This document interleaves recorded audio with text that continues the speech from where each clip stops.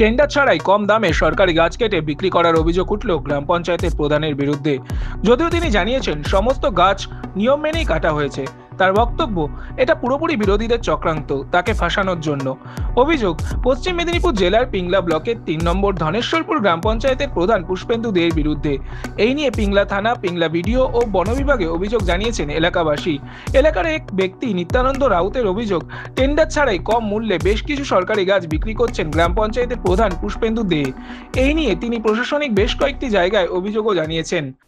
এই কিছুদিন আগে একটা ঝড় গেল, প্রধান সাহেব ঝড়ের নাম করে তার ৬০ থেকে ৭০টা হচ্ছে গাছ সাঙ্গার থেকে আমাদের যে বাসুদেবপুর যে মৌজা, এইখানে রাস্তা যে আমাদের প্রধানমন্ত্রী যে গ্রামীণ সড়ক যোজনা যে রাস্তা, তার দুপাশে গাছ উনি বিক্রি করেন, যার মূল্য ১ লাখ টাকা।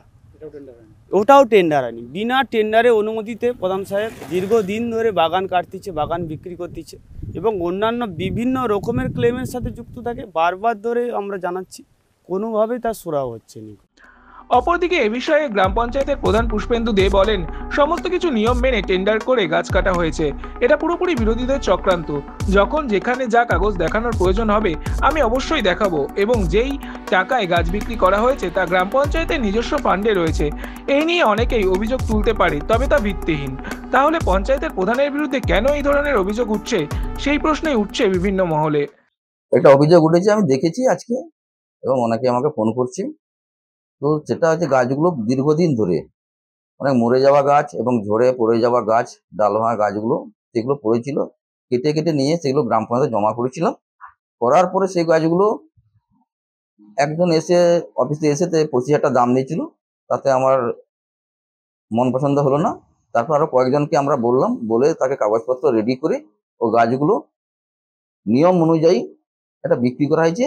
সর্বমূল্য দাম পেয়েছি 80,000 টাকা। সেই 80,000 টাকা বিক্রি করে গ্রাম পঞ্চায়েতের নিজস্ব তহবিলে জমা করা হয়েছে। আর এই সকল যে তথ্যগুলো বলছে, এটা রাজনীতির একটা চক্রান্ত এবং বিরোধীদের চক্রান্ত।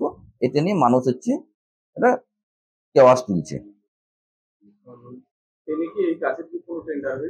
হ্যাঁ, টেন্ডার, নথিপত্র, কাগজপত্র সবকিছু অফিসে আছে। তারপরে এই অভিযোগ এটা রাজনীতির একটা চক্রান্ত,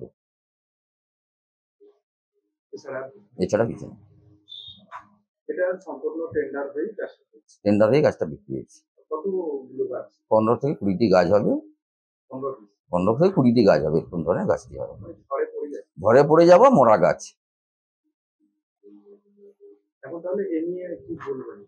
এ নিয়ে কিছু আমি বলবো না, এটা দলের সুপ্রিমো আছে, ওনাকে নিশ্চয়ই অবগত করাবো। উনি যা সিদ্ধান্ত নেবে সেটাই আমি মেনে নেব।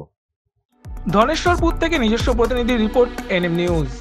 আরও খবরের আপডেট পেতে সাবস্ক্রাইব করুন আমাদের ইউটিউব চ্যানেলটি আর বেল আইকনে ক্লিক করুন নোটিফিকেশনস পেতে।